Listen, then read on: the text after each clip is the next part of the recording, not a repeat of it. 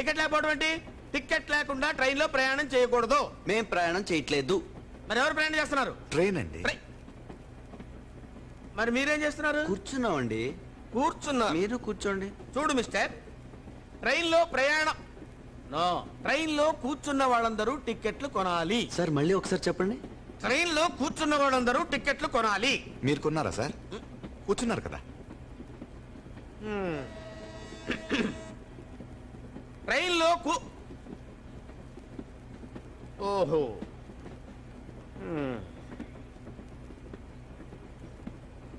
కూర్చోండి కూర్చోండి కూర్చోండి బాబు. ట్రైన్ లో ఉన్న వాళ్ళందరూ టికెట్లు కొనాలి.